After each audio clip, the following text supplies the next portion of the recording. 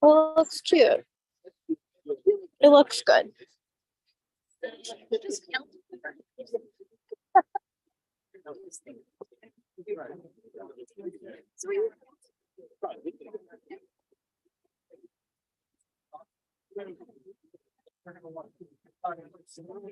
Where this doesn't like clip into it, you have to clip it on these.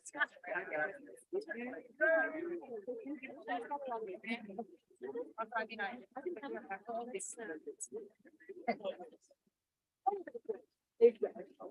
All over me. The thing is that there's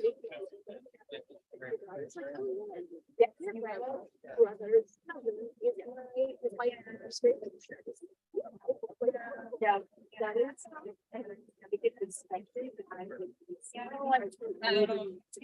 Meeting to like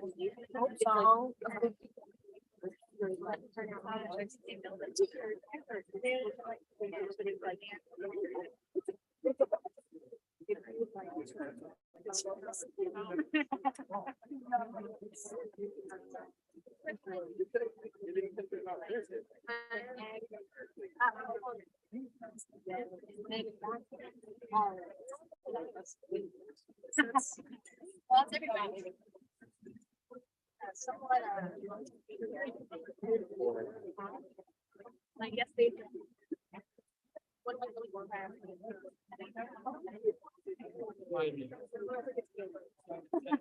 Look, there's only one other person. Yeah.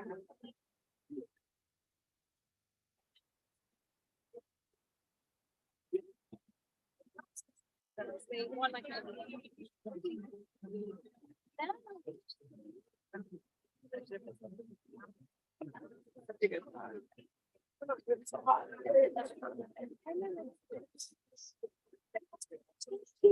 I rotated it.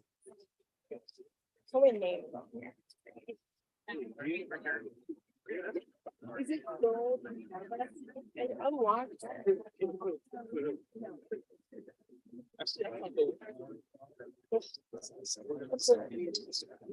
if you like flip it outwards, will it change it? Yeah, but it's also like better in YouTube. It's so weird.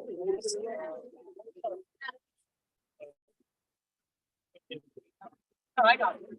Oh, we rotated. Okay. Do you want us to pass out the signs? Yeah. Oh, beautiful. Okay, that looks good. Great. You want me to do the video?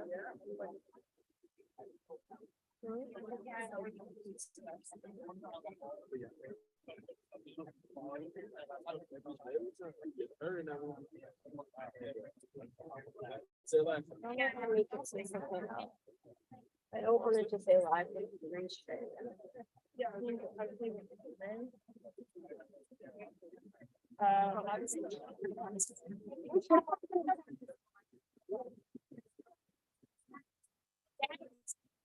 So.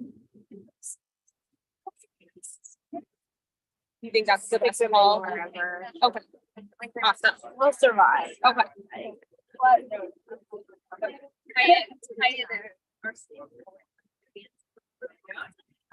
Yeah.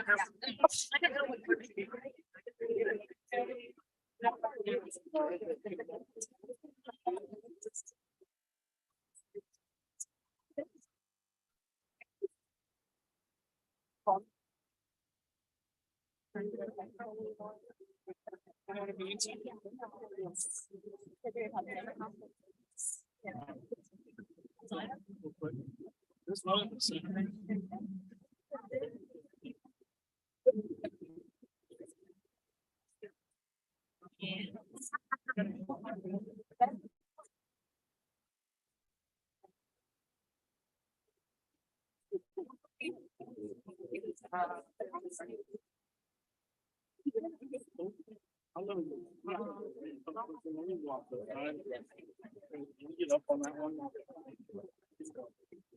I'm going to say Issue.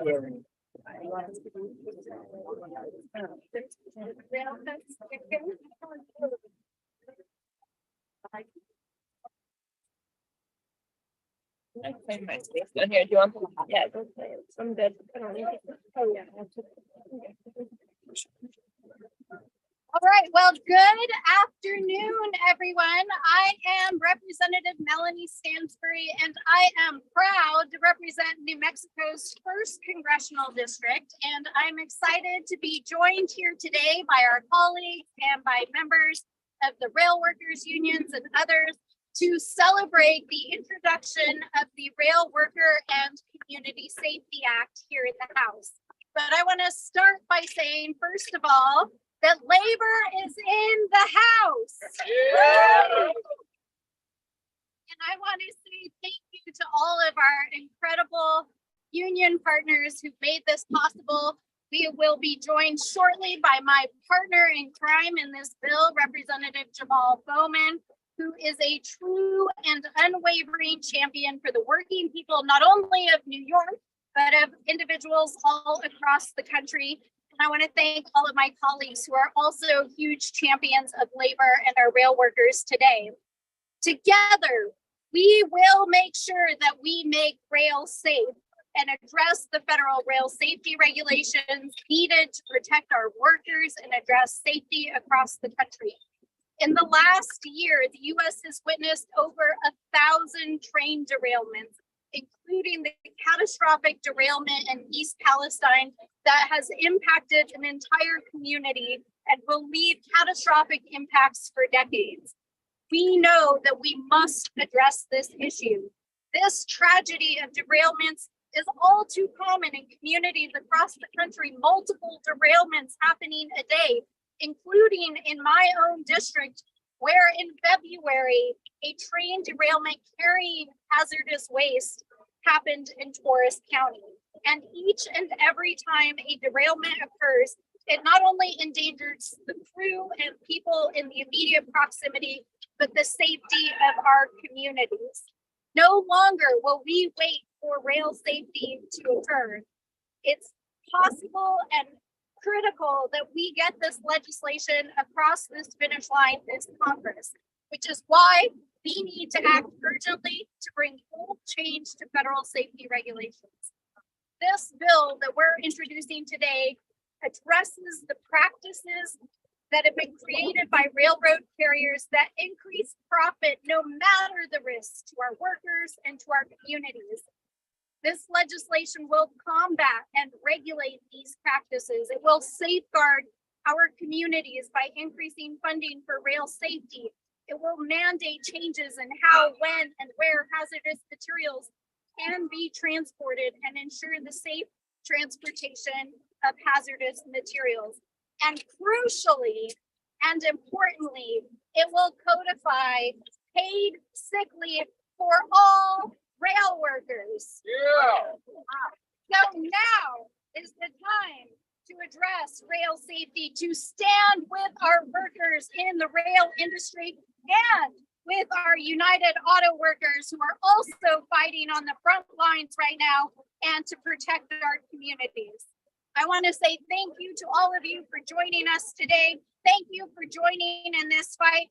And now, without further ado, I want to introduce to you the amazing Congressman Jamal. That's a great introduction. Thank you so much. Hello, everyone. Thank you so much for being here. It's really an honor to stand here with my colleagues in Congress, as well as labor holding it down in the back. Y'all should move up front. And, you know, I noticed there was a whole bunch of men, and we did get to at least one woman. So our brothers and sisters in labor, thank you so much for continuing to organize and continuing to fight. And thank you, Representative Stanbury, for your incredible leadership in leading this bill and introducing this bill. I mean, this is about common sense for me, and this is about our collective and shared humanity. I mean, I was lucky enough to grow up in a home raised by a single mom who worked in the post office, and she was protected as part of the Postal Workers Union. When she got sick, she was able to take off. When I got sick, she was able to take me to the doctor. But unfortunately, our rail workers don't have access to paid sick leave, which is completely insane in any industry, but considering this dangerous industry and the dangerous work our workers do every single day is completely unacceptable and completely inhumane. So yes, paid sick leave should be a part of every contract, but particularly for our rail workers, absolutely. And just to underscore the dangers of the profession, I mean, how many? 1,000 derailments over the past year? So we're not doing enough to keep our workers safe.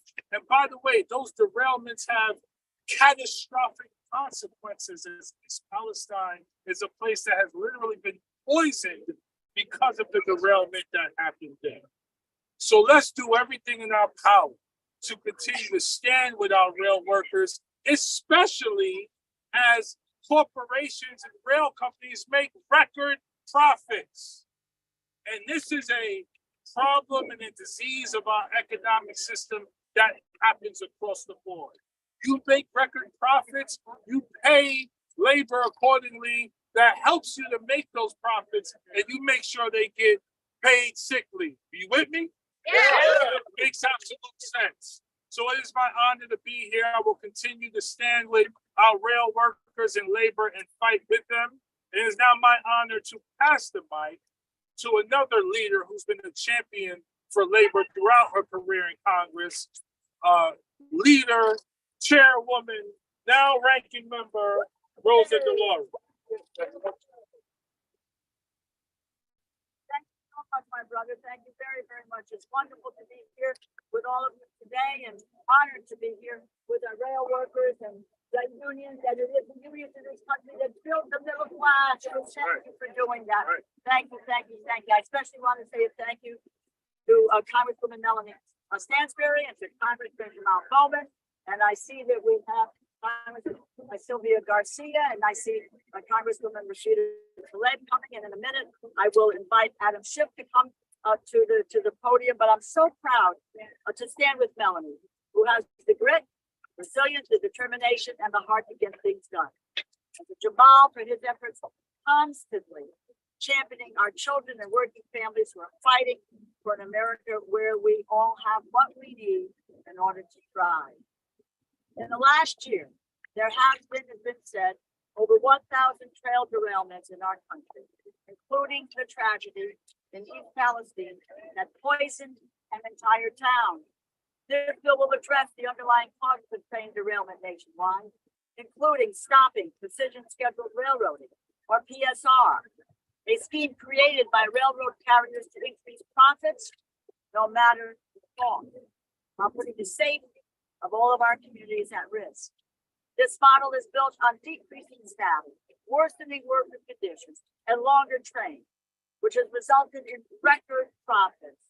This creates a problematic and dangerous situation, fewer workers, longer trains, lagging safety measures, the risk of derailment, especially toxic ones that we witness in these Palestine. So let us put an end to these dangerous practices and let us pass the Rail Worker and Community Act. And before I conclude, I need to mention an issue that is so near and dear to my heart: paid sick days. Today, Americans are still living paycheck to paycheck. They are struggling. They sacrifice, and they sacrifice in their personal lives and their families' lives. They need to keep food on the table and the lights on. People need financial stability and the security to know that they can take care of themselves or their loved ones. Workers should not have to choose between their paycheck and their families. Currently, the United States does not guarantee workers a single, not one single paid sick leave. And many workers not even entitled under the law to unpaid time, including our rail workers. In December, during rail worker contract negotiations, the House passed for the inclusion of paid sick days for rail workers. However, the measure did not pass the Senate. That is why I explicitly included paid sick days for rail workers in the reintroduction of the Healthy Families Act. I am so pleased that the Rail Workers Community Safety Act includes paid sick days. That provision and codified paid sick days for all rail workers. It would allow workers to earn up to 7 days of paid sick days each year. Rail carriers would no longer be able to discriminate or retaliate against their employees for using their approved paid sick days. This has been a policy that this time is now overdue. So we are going to continue to fight to pass the Rail Worker Community Safety Act, and together we can do it and get this done. I thank everyone for joining us today, particularly the advocates and the activists. Congress is an institution that responds to external pressure. You are the external pressure. We need your voices. Thank you, thank you, thank you. And no, never take no for an answer in this business that we are in. What an honor for me to introduce a dear friend, a colleague, Congressman Adam Schiff. As you know, someone who's bold, who's transformative. He has led our efforts to safeguard our democracy. Adam. Thank you very much. It's such an honor to join you today, and I want to thank Representatives Stansbury and Bowman for their leadership on rail safety. And I want to thank the rail workers that are here today and that do the hard work each and every day. And at the outset, want to express my solidarity to the workers who are with UAW in the important strike that is going on as we speak. The challenge today is not that people aren't working. The challenge today is that people are working and they still can't make enough to get by.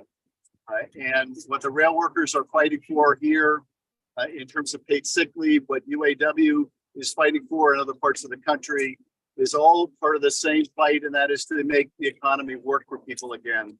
So I am proud to be in this fight and stand shoulder to shoulder with my brothers and sisters in labor.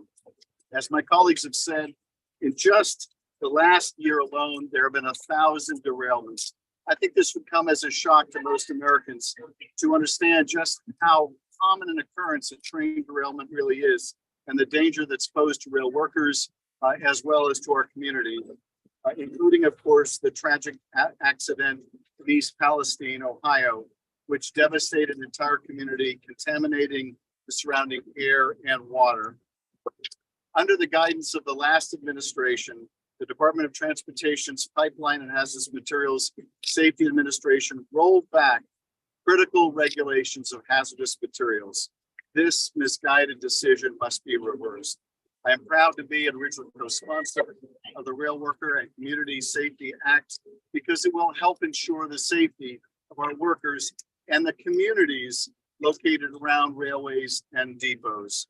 It will enforce strict rules for transporting hazardous materials, increase funding for rail safety inspectors, and provide more support for and resources for rail workers. We need to fight for safer working conditions for all rail workers and better benefits and better pay.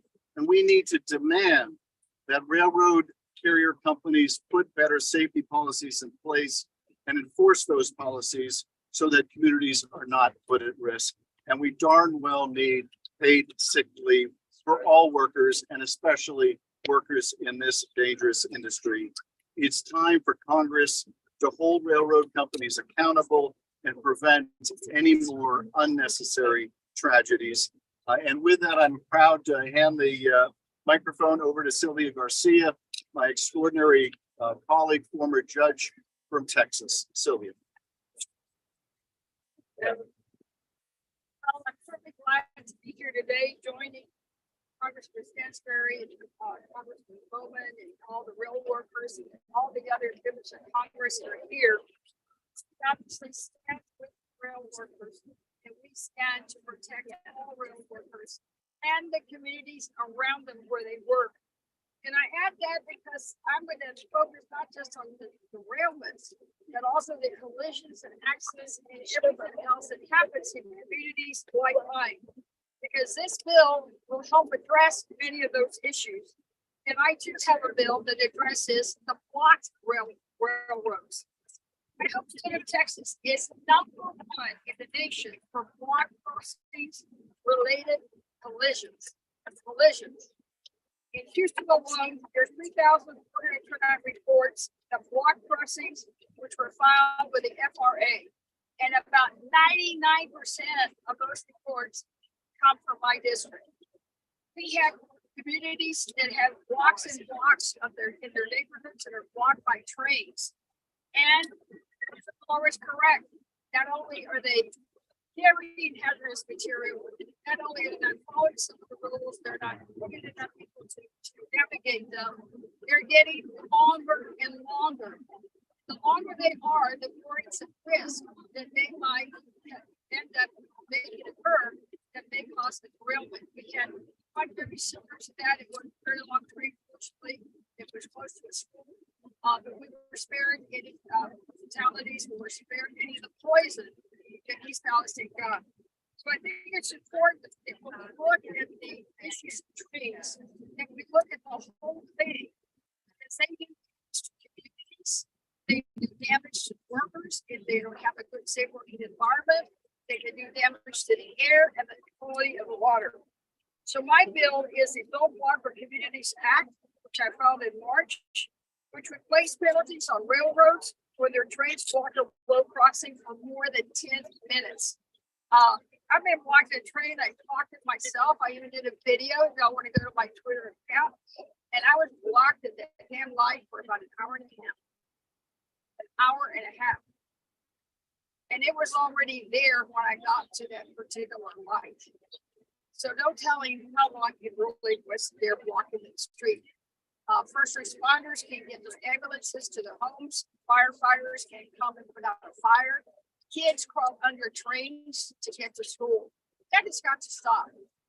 And it's simple. We must get the railroad companies held accountable, not just for their workplace issues and not providing the paid leave, not providing the sick time, not providing the things that workers need to do a good quality job, but the damage that they're doing to all of us.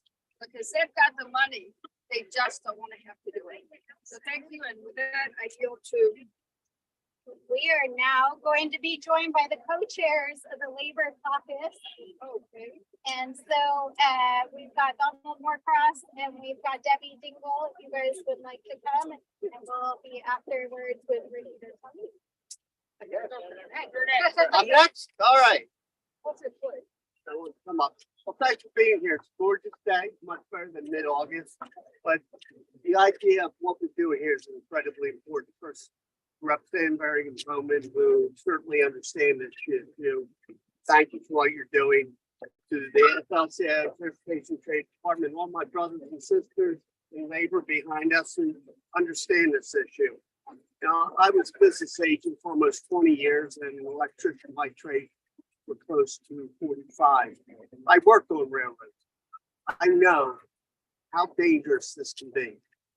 And the idea of not coming home from work because you were seriously injured or killed is completely unacceptable. The idea of having railways that are safe is so American. Our country grew up around railroads. They were the backbone. Towns grew up where rail lines were. There are over 140,000 miles of rail. That's a lot of rail.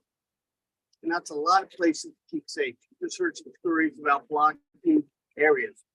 What brought me into this was in my district back in 2012, we had a horrific derailment where a train went off the rails, literally into the water, spilling toxic chemicals, creating havoc and false burn. My very first bill upon coming to Congress was the Track Act that talked about many of the issues that we're still talking about today. The safety, how to notify first responders of what is coming down the track. But trying to balance that with making sure information is only going to the people who can use it correctly and not the terrorists. And that's why I want to say thank you for the bill that we're talking about today. Takes that approach, making sure the information goes to the right people and not the wrong people. But the good news is that Track Act passed, and that was the first step. But we found out that's not fixing everything, that there's still problems. So The rail worker and community safety bill builds on those premises. Have a safe environment. That there are hazardous chemicals that really, quite frankly, make our life here in America available to many, but there are safe ways to do it. And those men and women who unfortunately could not do their job on Zoom during the pandemic literally kept our country running. And we want to thank them and those who represent them for keeping our country going. But remember, if the workers aren't safe, that means the communities that these trains are running through aren't safe either.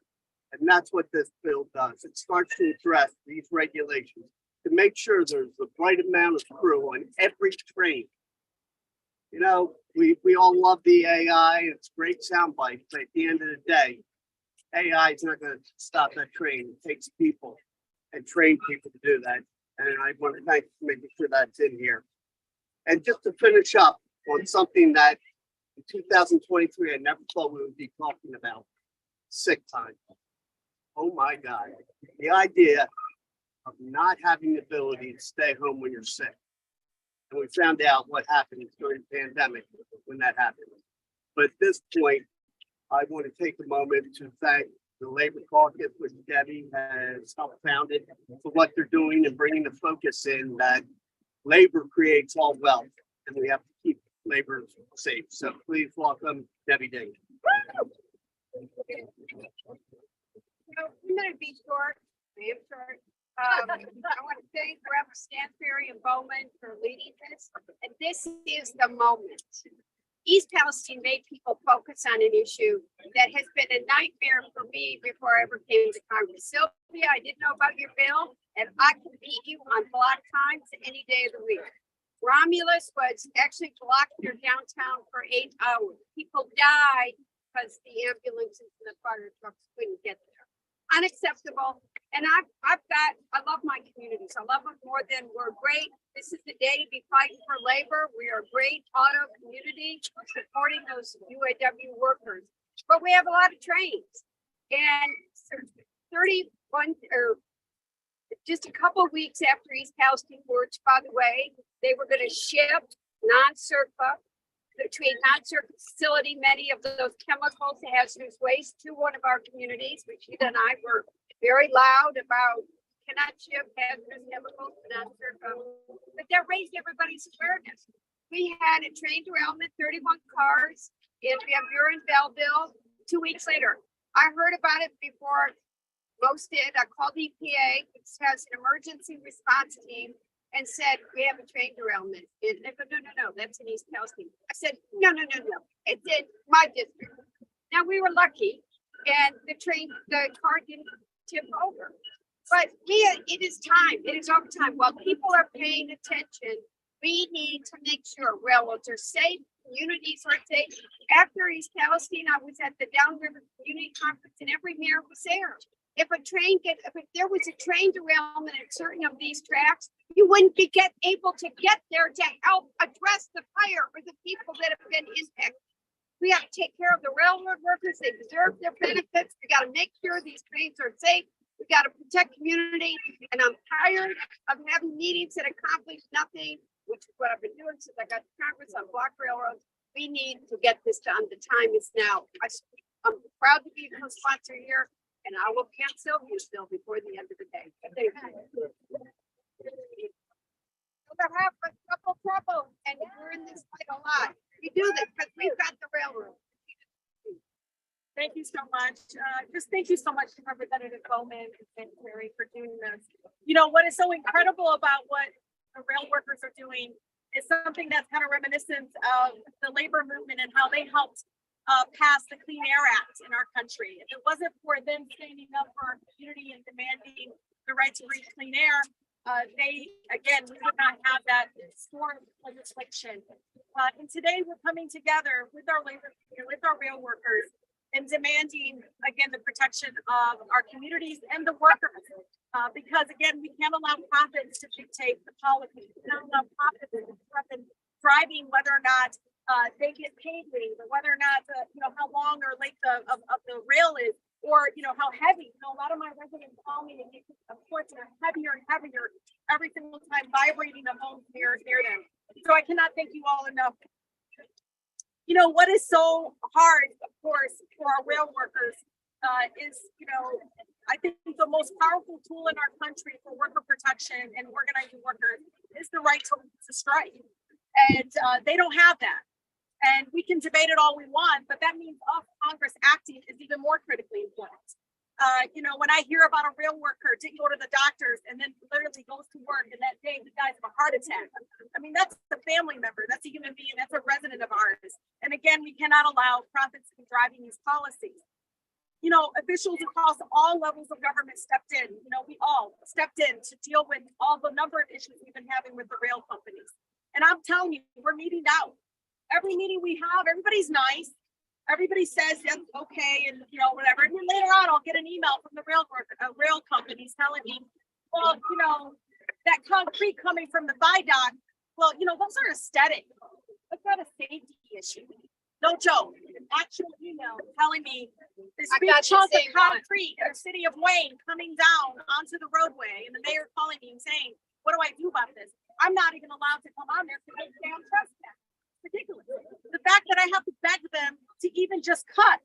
Okay, we're talking about hazardous waste. I'm going to get there, but talking about cutting even the debris that's covering up the road. The literally folks being walked underneath the line, like to get to work or get to very community, you know, resources and things like that. I got to tell you, rail comes throughout southeastern Michigan, where Congresswoman Dingell and I represent. I mean, literally. On every side is either a neighborhood, a hospital, a school, a park, people where people work.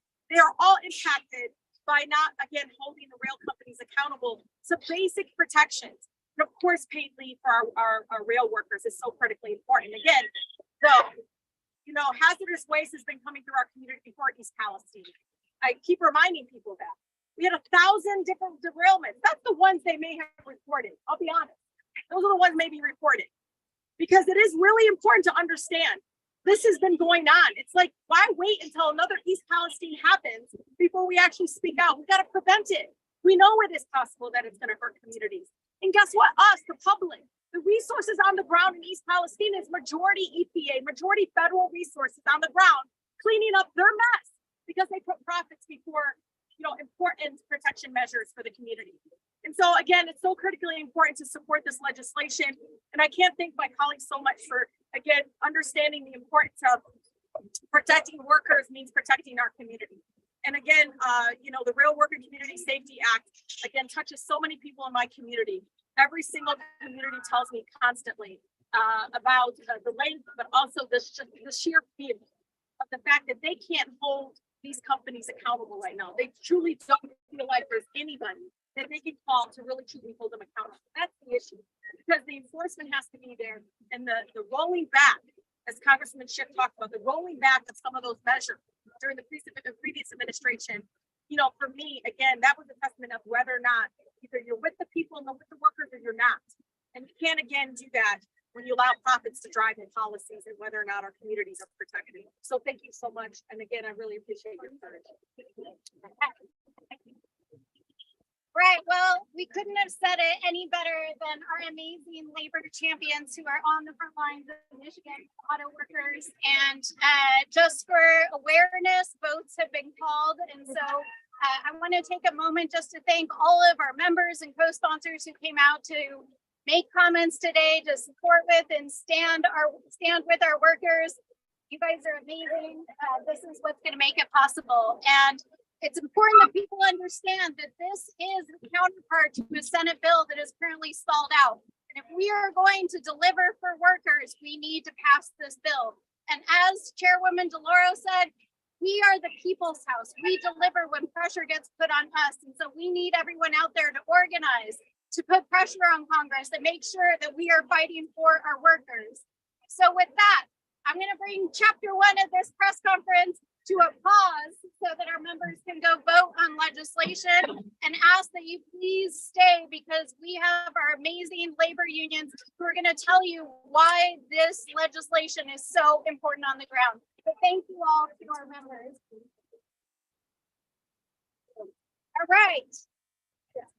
Please stick around because we have quite an amazing lineup of rail workers unions and our labor unions, starting with the AFL-CIO's Transportation Trades Department President, Greg Reagan. Thank you, and thank you, Congressman, for your leadership on this bill. I am Greg Reagan, the president of the Transportation Trades Department. I'm lucky enough to represent 37 unions, including all 3 rail unions, to represent every single craft and class in the railroad industry. I want to make a couple of points about why I think this legislation is so important and why it is so responsive, effectively responsive to the crisis we're facing in the industry. First of all, it addresses the underlying problems that have created this mess in the industry. It's the pursuit of profits over basically everything. You'll hear it from a lot of my colleagues. Precision scheduled railroading, which is neither precise, neither scheduled, and many railroaders would say it's not even railroad. So when you look at that, what the reforms in this bill are designed to do is to force them to behave better, force them to behave differently. And more importantly, the reforms in this bill reflect the eyes and ears of the railroad industry. The workers who we are lucky enough to represent are the people who are on the ground. They know where the problems are. They know where the risks are.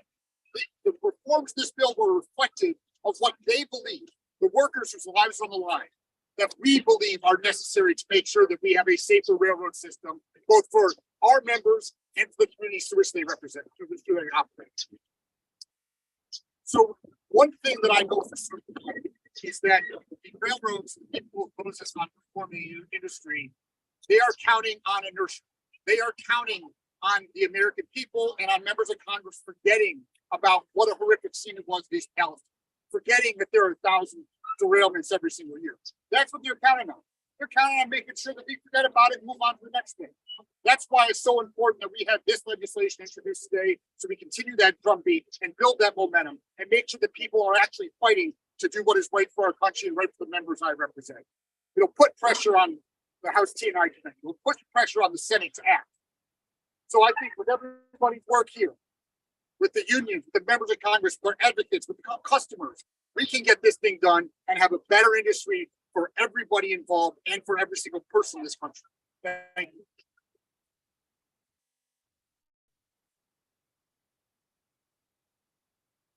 Good afternoon.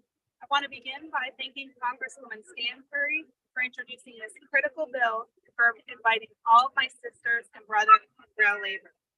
My name is Danielle Eckert, and I am the Director for Government Affairs at the International Brotherhood of Electrical Workers.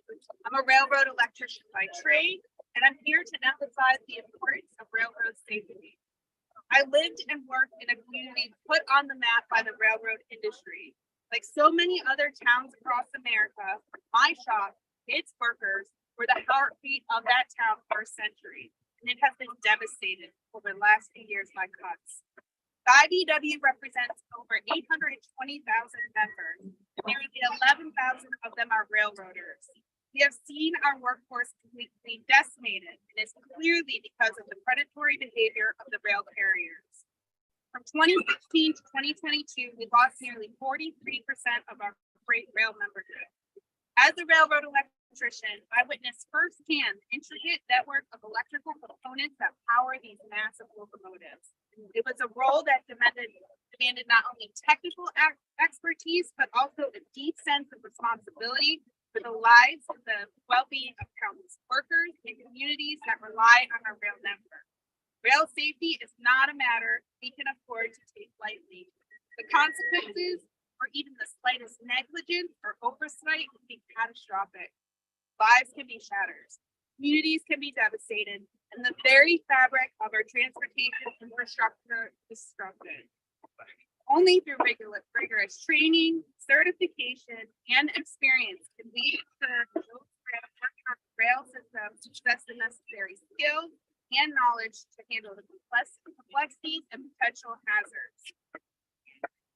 Electricians who have undergone rigorous apprenticeships and safety training are the backbone of maintaining and improving our rail system. We must continue to push Congress for comprehensive rail safety legislation. Like the bill Congresswoman Stansbury is so courageously championing today. We must work collaboratively with industry, lawmakers, and regulators to enforce those standards. We must make no trade-offs when it comes to the safety of the public or the workforce. Rail safety is not just a matter of policy, it is a moral imperative. Lives and livelihoods are at stake. We cannot compromise on the standards we set for those who work on our railways. This bill represents a commitment to excellence. It ensures only qualified individuals handle qualified work, and that safety remains at the forefront of all of our efforts. On behalf of the IBW, I'm proud to stand here today with my brothers and sisters in the rail industry to fight for rail safety. Thank you.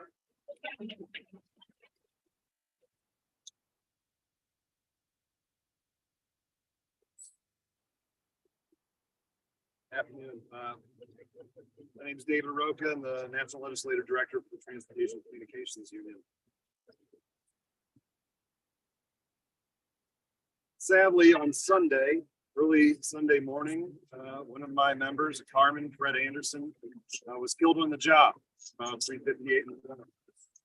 He's 56 years old. He had 19 years on the railroad. His third carbon to be killed by one of these remote locomotives, the yards. As TCU President Maratea mentioned on Sunday in our statement, enough is enough. The death of one railroad worker is too many. All these accidents are preventable. And be it East Palestine, Ohio, North Platte, Nebraska, or the Yellowstone River, employees are not the only ones impacted by the safety of the rail industry. And that's why the Rail Work and Community Safety Act is so important. For my members, the carmen, the machinist crafts, we're tasked with inspecting, maintaining locomotives, the freight rolling stock runs across our country's rail network. Will not only allow them to do their jobs, but allow them the time to do them as well. We have a moment here to do something big. We have a Senate bill. We're about 2 votes away, Brown Vance. We have this piece of legislation to push back against one of the most powerful industries in this country and in this town, to improve the working conditions of our members, to in turn make our community safer. I want to thank all the members who were original co-sponsors of this legislation, but especially Congresswoman Stansbury and Jamal Bowman. So we're united in this fight. There is nothing about this piece of legislation that is weird, radical. It is all common sense. I am more sad today that we are at this point. We don't need to be. This is common sense stuff. Common sense, paid sick leave. Common sense. Thank you, my brothers and sisters, for being here. And we'll hear from Mike Ebaugh, the Brotherhood of Railroad Signalmen next.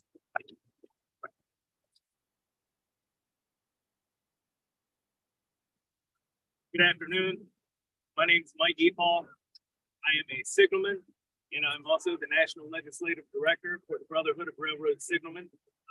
First, on behalf of President Mike Baldwin, the Brotherhood of Railroad Signalmen, we would like to thank Congresswoman Stansbury and Congressman Bowman for introducing this important legislation.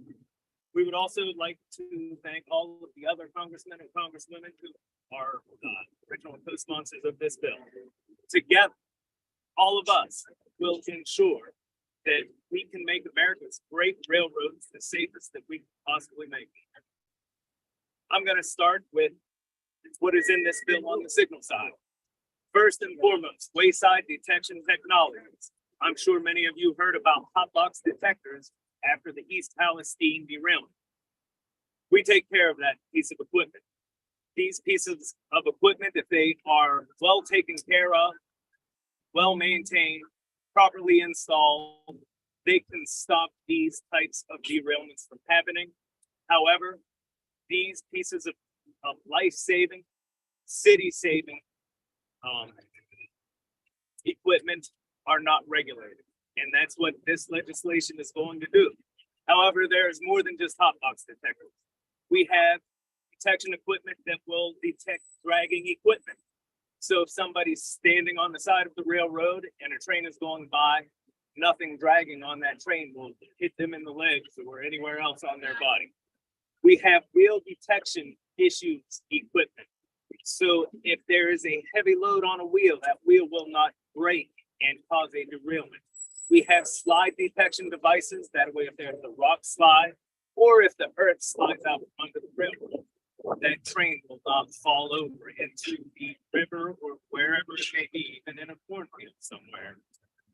We have high and wide detectors to protect trains going into tunnels.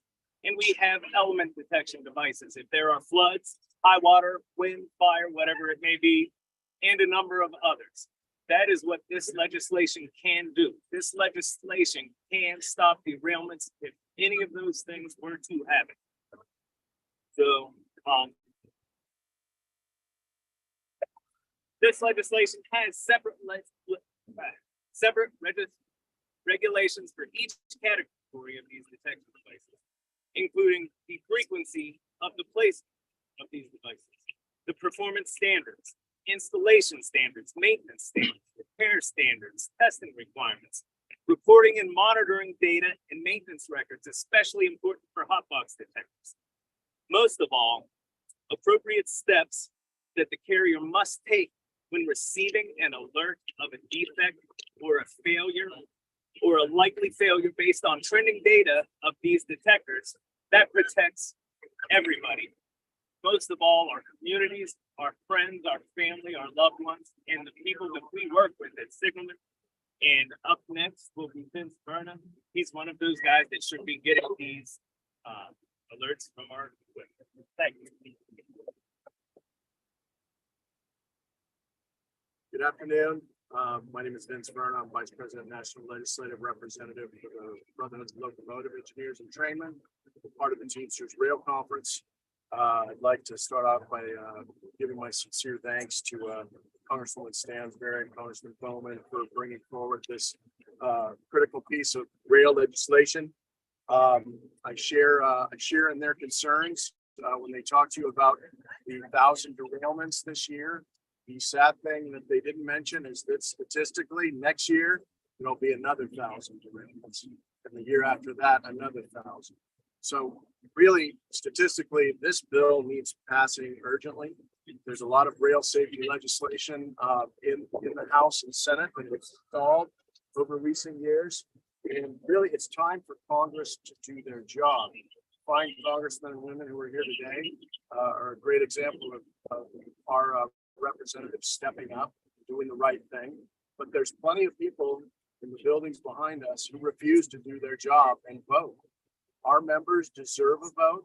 The American public deserves a vote for safety. And we have to stop putting precision scheduled profiteering ahead of public safety and ahead of safety for railroad workers. Paid sick leave is not a reality for most railroad workers. There's a few railroads that have negotiated that. We're glad we negotiated that at the bargaining table, but there's still quite a few Class 1 railroads where railroad workers cannot get time off if they're sick. Can you imagine being told to go to work, taking these trains, some of them 4 and 5 miles long, through with all kinds of hazardous materials when you're sick, and being told if you don't go to work, you could be fired for being sick. So we want to see that end. We want to see standards for detectors on the side of the rails to prevent derailments. We want to see a certified locomotive engineer and certified conductor on every freight train here in America. I'd like to thank the rest of the congressmen and women who showed up today, as well as my brothers and sisters standing behind me and all, and let's get this done. And Congress, please do your job.